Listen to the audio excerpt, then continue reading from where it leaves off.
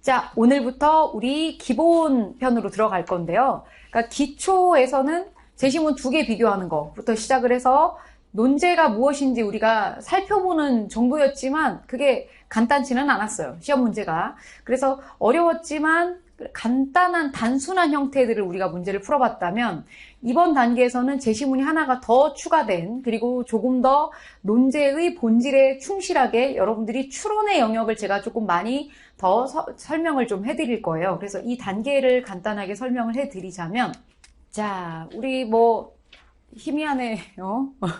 이게 지금 강의실마다 프로젝트의 상태가 조금씩 다르긴 한 것 같아요. 얘를 이렇게 희미하게 보일 줄은 몰랐어요. 우리가 지금 어느 단계에 있냐면 지금 희미하게 또 체크가 되어 있네요. 자, 선명하게 제가 라인을 좀 그어보고, 우리가 지금 여기 라인 안에 있거든요. 선명할 줄 알았는데 선명하지 않군요. 자, 여기 라인에 이 단계에 있습니다. 예년에는 이렇게 심기일전이라고 되어 있는, 그러니까 연고대 기출심화예요, 이게. 그래서 연고대 기출심화라고 이름을 바꿔야 될 판이야. 심기일전이라고 했더니 저 나름대로는 그 시험 보기 전에 심기일전을 해가 기를 모아서 빡! 이런 의미였는데 직관적인 게 좋은가 봐요. 그래서 저는 나중에는 이게 결국에는 연고대 기출심화이기 때문에 그걸 가기 전에 이 단계에서 응용 단계 조금 심화된 논제하고 그 다음에 표를 완성을 하는 그런 단계인데요. 아마 표 분석부터가 진짜 좀 난이도가 좀 느껴지실 거예요. 그래서 이 부분부터 예전에는 요때부터 시작을 했는데 요때부터, 그러니까 우리가 이 기본 단계하고 그 다음에 교재 하나만 더 끝나면 바로 그 다음 교재에서 바로 성적 처리를 현장에서는 할 거예요. 그리고 현장에서 문제를 제대로 시간 재서 풀고 그거를 가지고 성적 처리를 해서 내 실력이 어느 위치인지를 체크하는. 그리고 또 올해 하고 싶은, 제가 조금 더 고민해서 생각하고 있는 거는, 그러니까 이제 등수가 나오거든요. 등수가 1등부터 쭉 나래비를 세우면 끝에까지 나오는데, 그 상위에 10%대에 있는 친구들, 이 친구들의 답안을 좀 공유할까 합니다.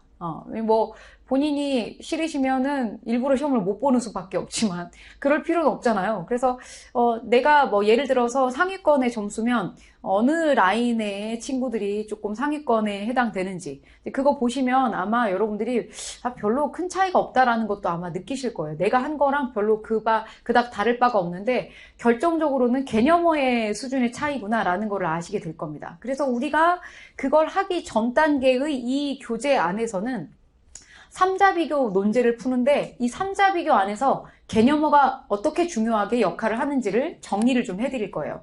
그래서 마지막에 12월에 과정을 가기 전까지의 그 전초전의 과정인데 뭐 이 기본 과정에서부터 시작하셔도 돼요. 어차피 기초와 기본은 결국 논제 자체의 패턴은 똑같지만 제시문이 하나 추가되었느냐 안 되었느냐의 차이일 뿐이기 때문에 여기서부터 시작을 하셔도 됩니다.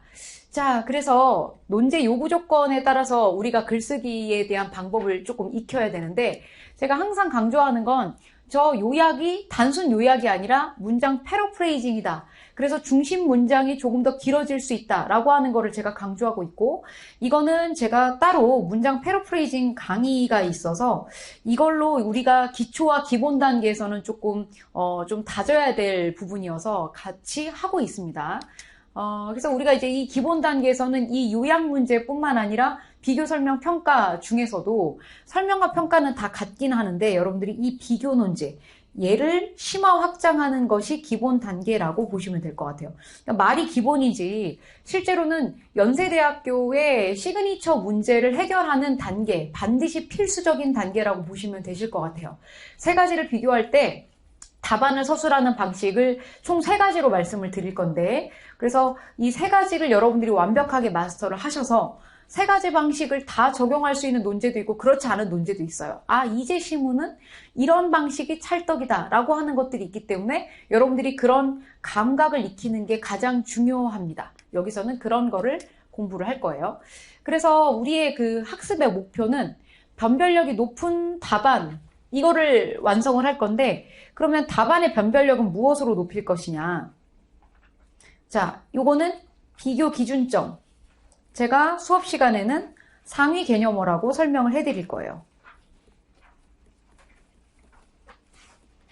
자, 이건 뭐 교재에 없습니다. 그래서 여러분들 오늘 우리가 이 단계 총 8개의 강좌를 통해서 여러분들하고 같이 넘어야 할 단계, 제가 여러분들이 이런 것들이 완성이 되었으면 좋겠다라고 계획을 세우고 있는 것들을 말씀을 드리는 거예요.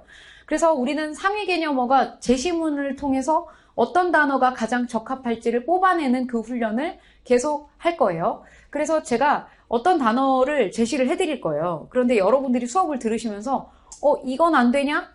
나는 이거 생각했는데 이거는 변별이 저게 낫냐? 이게 낫냐? 이런 것도 질문하셔도 되고, 그렇게 질문을 오고 가고 하는 소통 속에서 훨씬 더 좋은 답안이 나오기도 해요. 그래서 이 상위 개념어에 포커스를 둘 겁니다. 자, 그리고 두 번째로는 3자 비교 방식 3가지를 완벽하게 숙지하는 거를 우리의 목표로 삼고 있어요. 제가 이 3자 비교 방식을 마지막 그 기출을 분석하는, 연고대 기출을 풀어보는 그 단계에서는 이게 거의 실전이기 때문에 그 실전 시간을 재고 문제를 풀어서 답안을 뽑아내는 단계에서는 풀셋으로 문제를 2개씩 풀어야 되기 때문에 그렇게 한가하게 3자 비교 방식을 하나씩 막 설명할 겨를이 없어요. 그때는 제가 3자 비교 방식 중에 자 이거는 이게 완전히 찰떡이죠 라고 해서 답안을 쫙 설명을 할 거예요. 그러면 여러분들이 그때 무슨 표현을 제가 써서 이게 형태가 뭔지를 알고 있어야 그게 이해가 숙지가 빠를 것 같아요. 그래서 이 단계는 결국 심기일전 그 실전 단계에 가기 전까지 굉장히 중요한 과정이 될 것 같습니다. 자, 그리고 설명평가형 논제와 비교 논제의 차이. 자, 이게 무슨 말이냐면 우리가 문제를 풀다 보면 비교하라라고 하는 문제와 설명하시오 그리고 평가하시오 총 이 3가지를 여러분들이 많이 다루어 보실 거예요. 이 3가지가 답안을 서술하는 형태는 비슷할 수 있는데 마지막 서술어가 조금 다르고요. 설명과 평가는 형태는 똑같아요. 그런데 서술어가 다르고 비교는 완전히 그 틀도 달라요. 그래서 어떻게 뭐가 다른지를 제가 체크를 해서 여러분들한테 설명을 해드릴 건데 이 단계로 왔을 때는 거의 약간의 암기가 조금 필요할 수도 있다라는 거를 미리 말씀을 드릴게요. 그런데 인위적으로 영어 단어 암기하듯이 그렇게 하는 방식은 아니니까 안심하셔도 되고 찬찬히 저하고 논제를 하나하나 풀어나가면서 차근차근 여러분들이 익히시게 될 거기 때문에 그렇게 어렵지 않습니다. 자, 그래서 이 조금 전에 말씀드렸던 3가지를 어떤 방식으로 숙지를 하실 거냐. 제가 이 단계를 항상 말씀을 드리는데 이거 지키는 분이 10%도 안 돼요. 그래서 속상해요. 자, 그렇지만 이거 지켜주셔야 돼요. 왜냐하면 이걸 지켜서 여러분들이 훈련을 하는 것과 그렇지 않는 것은 굉장히 큰 차이가 있습니다. 보통의 논술 학원을 여러분들이 그 전에 다니셨다면 아마 1차 답안을 작성을 하시고 바로 강의를 들으신 다음에 그리고 바로 첨삭 이렇게 들어갈 거예요. 복습은 알아서 하든지 말든지 그럼 복습을 하라고 하겠지만 복습을 할 겨를도 없이 눈 감았다 뜨면 우리 논술 수업 시간이거든요. 전 눈 감았다 뜨면 목요일이야. 그래서 여러분들이 주중에 하셔야 될 일이 너무 많아요. 저처럼 이렇게 논술만 수업하시는 경우들이 없고 논술만 막 하는 게 아니라 여러분들이 영어도 공부해야 되지, 그다음에 직장도 다니셔야 되지, 여러분들 알바도 하셔야 되지, 연애도 하셔야 되지, 할 게 너무 많아요. 그렇기 때문에 특히 이제 재학생들은 더 힘들거든요. 그래서 이 과정을 여러분들이 지킨다는 게 생각처럼 쉽지는 않아요. 그리고 여러분들이 나름의 공부 루틴을 시간별로 쪼개어서 개인적으로 나는 이 시간에 논술 공부를 반드시 해야 되겠다라고 하는 계획이 없으시면 그냥 이렇게 흘러갈 거예요. 내가 한번 써보고, 그냥 이거 써보고 수업 듣는 것도 참 대단한 거예요. 안 써보고 수업 듣고 대충 답안 작성한 다음에 저한테 첨삭 받는 경우도 있고, 근데 심지어는 1차 답안 작성만 한 다음에 바로 첨삭으로 넘어오는 경우도 제가 바로 눈치채요. 제가 그럴 수밖에 없어요. 답안이 수준이 떨어지거든요. 다른 친구들에 비해서. 여러분들이 반드시 거쳐야 될 과정에 대해서 말씀을 드리자면 수업을 듣고 나서, 그러니까 수업을 듣기 전에는 당연히 그 다음 주부터겠죠.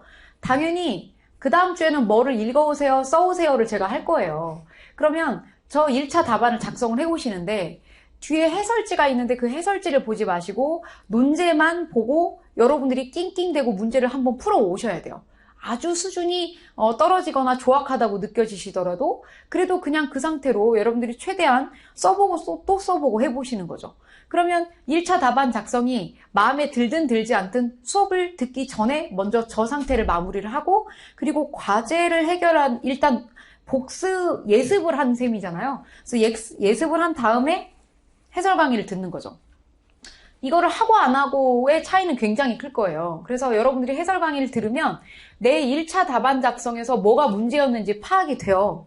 그러면 이때 질문. 저의 예시 답안을 2차에서는 보고 쓰는 게 좋을까요? 안 보고 쓰는 게 좋을까요? 일단 2차 답안은 강의를 듣고 그 다음 바로 여러분들의 글을 수정을 바로 해보세요. 강의를 듣고 해설지 보지 말고. 그러면 내가 내 수준에서 고칠 수 있는 한계점이 분명히 보여요. 그러면 첨삭은 언제 받냐? 2차 답안 수정 여러분들 스스로 자가 첨삭이 된 이후에 첨삭을 받는 거예요. 그러니까 여러분들 해설 강의를 듣고 난 다음에 2차 답안 수정으로 들어가는데, 내가 여기서 여기로 넘어올 때 되게 신기한 거는 여러분들이 이때 실력이 엄청 많이 늘어요. 저하고 첨삭 받으실 때 늘 것 같잖아요. 물론 그때도 늘죠. 그때도 늘지만 이때는 여러분들 스스로 안 보였던 부분을 제가 체크해드리는 것이지, 여러분들 실력 자체가 제가 첨삭한다고 늘진 않더라고요.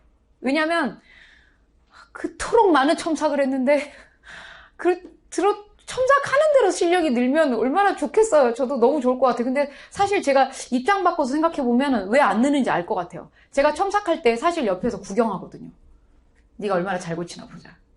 이걸 복습하지 않으면 내게 되지 않아요. 그 복습을 한다는 건 뭐냐면, 저는 그런 것 같아요. 글쓰기는 춤추는 거하고 똑같아. 솔직히 외국어를 말하는 거하고 똑같은 것 같아요. 여러분들이 새로운 외국어를 만약에 배워야 돼. 그러면 어떻게 하시겠어요? 그냥 암기밖에 없어. 응? 보는 누이? 네, 보는 누이가 아니래, 참. 불어 전공하시는 분. 우리 반은 아직 없으시군요. 보는 누이라고 외웠거든요. 잘자, 불어예요. 본위 이거래요. 본위. 나는 보는 누이라고 거기 써있는 그대로 읽었더니 본위라고 발음을 정정해 주더라고요. 그래서 어떻게 외워야지. 나는 외웠어요. 걔네들 시작할 때 다 본조르노는 또 이태리어네. 근데 본조네도 쓰거든요. 본 뭐라고 써요. 그리고 그지? 그리고 또 뭐가 있지? 본 아페티는 또 이태리어인가? 잘 몰라요. 불어예요. 불어지? 맞다. 불어네. 또 본으로 시작하는 뭐가 있잖아요. 그래서 본은 그냥 시작으로 넣고 누이 안녕으로 외웠어. 그냥 연상해서 외운 거야. 어떡해. 외국어 배울 때 외우는 수밖에 없어요. 그러면 내가 문장을 익히려고 해. 방법이 뭐가 있을까? 갑자기 내 안에 문장력이 막 샘솟아? 저는 그런 일은 1년 안에, 우리가 1년이 아니에요, 지금 여러분들. 단 몇 개월 안에 이걸 변화를 시켜야 돼요. 그러면 저는 여러분들한테 가장 효율적인 방법은 암기밖에 없다고 생각합니다. 솔직하게. 그럼 처음에는 제가 써드린 그 그러니까 여러분들이 여기서 1차적으로 한번 스스로 자가 첨삭을 하면서 내가 뭐가 잘못됐는지를 체크를 해요. 그런데 내가 잘못된 게, 내가 틀린 부분이 내 스스로 보이잖아요? 그러면 는 거야. 어디에서 어디 사이에? 내가 1차 답안 작성을 할 시점과 강의를 듣고 난 이후의 시점이 늘었다니까요. 여기서 여기 사이에 내가 실수한 게 보인다면. 그러면 여기서 끝이냐? 아니죠. 제가 또 첨삭을 당연히 해드려야죠. 제가 첨삭을 해드리는 이유는 이제 완벽해져라 라는 뜻이에요. 완벽해져라. 그러면 완벽해지려면 여러분들이 제가 차곡차곡, 저는 아예 문장을 옆에다가 새로 써드리거든요. 여기는 이렇게 해서 틀렸다가 아니라 이렇게 해서 문장을 이렇게 바꿨으면 좋겠다라고 문장을 써드려요. 그 이유가 뭐냐면 여러분들이 직접 써보라고, 그걸 본인 걸로 만드시라고 옆에다가 써드리는 거예요. 그러면 복습은 뭡니까? 여러분들이 1차 그러니까 1차에서 여러분들이 스스로 자가 첨삭을 한번 하셨죠. 그리고 저한테 2차를 받으신 거예요, 첨삭만. 그리고 세 번째, 여러분들이 스스로 복습을 통해서 다시 한번 글을 정리를 하셔야 돼요. 쭉 한번 써보셔야 돼요. 이때 제가 첨삭해준 문장과 이때는 플러스, 첨삭 플러스 예시 답안을 이때 보시는 거예요. 첨삭본도 보시고 예시 답안도 보시는 거. 근데 이게 여러분들 우리말 문장이라서 외워지진 않아요. 그냥 잔상에 맞게 내가 그냥 그 비슷한 패턴이 나올 뿐이지 완벽하게 암기가 되진 않아요. 그러나 여러분들이 이 비슷한 논제나 주제를 맞닥뜨렸을 때 툭 치면 그런 어휘나 문장들이 줄줄줄 나올 수 있는 상태를 우리가 연습을 통해서 만들어 나가는 거예요. 외국어 단기에 배우려면 툭 쳐도 그 상황에서 그 발음과 그 문장이 나올 수 있게 암기를 하는 것처럼 우리가 논술도 역시 몇 개월 안에 승부를 걸려면 좀 안정적인 문장의 형태, 그 흐름, 그걸 쭉 많이 써보셔서 그 훈련을 하셔서 시험장에서 툭 쳤을 때 나오는 상태를 만드는 게 그게 저의 미션인 것 같아요. 그래서 제가 자꾸 그 예시를 보여드리는 거고 여러분들이 굉장히 사실은 그 사이사이에 해주셔야 될 일들이 많은 거죠. 우리가 해설 강의 자체만 한 3시간 정도 돼요. 그래서 3시간 정도에 여러분들이 그 강의를 듣는 시간을 제외를 하고 그리고 내가 1차 답안을 쓰는 시간을 물리적으로 여러분들이 시간을 한번 재보세요. 내가 이게 얼마나 걸리나. 사실 5시간 걸린다? 전 거짓말이라고 생각해요. 5시간 걸린다는 얘기는 집중이 안 된다는 얘기예요. 공부하다가 멍 때렸다가 공부하다가 갑자기 책상 정리하시고 그럼 5시간 걸려요. 그리고 솔직히 5시간 안 걸려요. 여러분들이 이거를 진득하니 앉아서 모든 문장을 다 패러프레이징해서 뭐 다른 문장으로 바꾸고 해서 한다. 그러면 3시간 반 정도는 걸릴 것 같아요. 3시간 반? 뭐 많이 잡아서 4시간? 그럼 5시간 이렇게 걸리진 않을 것 같아요. 그렇게 되면 여러분들 집중도 안 돼요. 그렇게 되면 저는 좀 끊어서 공부하라고 얘기해드리는 편이에요. 우리가 이게 우리 문장, 우리 글이라서 여러분들이 앉아서 진득하게 오랫동안 쫙 붙잡고 여러분들이 글을 쓴다고 해서 갑자기 글 쓰는 막 이게 늘진 않아요. 저는 매일매일 조금씩 학습하시는 게 훨씬 더 효과적이라고 말씀드리고 싶어요. 그래서 여러분들이 하루는 내가 예를 들면 다음 주에 2강을 나가야 돼요. 그러면 2강의 답안 작성을 하는 시간을 좀 재보세요. 그래서 2강 답안을 작성을 해. 그리고 그 다음에 내가 다음날 한번 또 봐. 내 스스로. 그러면 봤을 때 이건 조금 이런 부분이 미진한 것 같아? 그럼 그 부분 조금 고쳐. 그래서 이걸 덮었다가 우리가 수업을 또 들어요. 수업 듣고 나서 그날 저녁에 집에 가셔서 여러분들 스스로 문장을 고치는 데는 시간이 얼마나 걸릴까요? 내 1차 답안을 2차에서 고치는 데 드는 시간은 생각보다 오래 걸리지 않아요. 저는 1시간 미만 봅니다. 빠르면 20분 안에 끝나죠. 근데 완전히 막 다 틀어서 고쳐야 돼. 새로 한 판을 다시 써야 돼. 그럼 얘기가 달라지겠지만. 그래도 처음에 내가 집중해서 맨 땅에 헤딩하는 논제를 푸는 그 시간보다는 현격하게 짧은 시간이 걸릴 거예요. 그렇기 때문에 1차에서 답안 2차 수정하는 그 시간을 여러분들이 반드시 경험을 하셔야 되고 그리고 저랑 이제 첨삭을 받으실 거고 그것을 여러분들이 복습하시는 시간. 보통은 저희가 이제 현장에서는 수요일 또는 목요일, 보통 이제 수요일 날 첨삭을 하게 되니까 수요일 날 첨삭 받고 그날 오후에 또는 저녁에 복습을 또 한 번 하시면 다음 날까지 목요일 날 뭐 낮이나 뭐 이런 날까지 다시 한번 글을 쫙 써보는 데는 그렇게 시간 오래 안 걸려요. 그래서 저는 수업을 듣는 시간 제외하고 3시간 봐요. 3시간. 근데 이 3시간을 여러분들 개인적으로 나는 지문 하나하나 다 문장 패러프레이징을 하겠다. 이 연습을 좀 해보겠다. 왜냐면 제가 문장마다 다 체크를 해서 다른 표현으로 바꿔놨기 때문에 그걸 여러분들도 한번 해보겠다라고 하면 시간 조금 더 잡아서 5시간 잡아요. 그러면 1시간씩 저는 쪼개어서 하는 것도 괜찮다고 생각을 해요. 이게 무슨 얘기냐면 지문을 하루하루에 쪼개서 문장 재진수를 해. 그런 다음에 제시문 가나다라 문장 재진술이 요일마다 다 쪼개어서 하루에 뭐 2개씩 한다든지 그러면 월요일에 가나 문장 재진술 했어. 그리고 화요일날 다라를 재진술을 했어. 그러면 수요일쯤 가나다라가 정리가 다 됐으니까 이걸 놓고 문장 하나를 답안 하나를 쫙 작성을 해놓는 거죠. 그리고 목요일날 수업 들으러 오는 거야. 그럼 목요일날 수업 듣고 나서 금요일날 내가 1차 답안 작성해 놓은 것을 다시 한번 고쳐요. 그러니까 여러분들 각자 인강을 들으시거나 뭐 라이브로 참여하시거나 현장에 오시는 그 날짜가 있잖아요. 그 날짜를 정확하게 한 날짜로 정리를 해두시는 게 좋아요. 특히 인강 들으시는 분들. 자꾸 내가 스스로 미루게 되기 때문에 완강의 비율 보면 참 말도 안 돼요. 완강하기 힘들어요, 여러분들. 내 스스로 이거를 뭔가 구속력 없이 혼자 듣는다는 게 진짜 대단한 일이에요. 저는 인강 들으시는 분들 존경합니다. 저도 잘 안 되기 때문에 저도 그런 거 있잖아요. 그 영어 이렇게 회화 같은 거 얼마나 많이 돈을 버렸는지 그건 몰라요. 뭐 한꺼번에 해가지고 얼마 뭐 이런 거 되게 많잖아. 다 해봤어.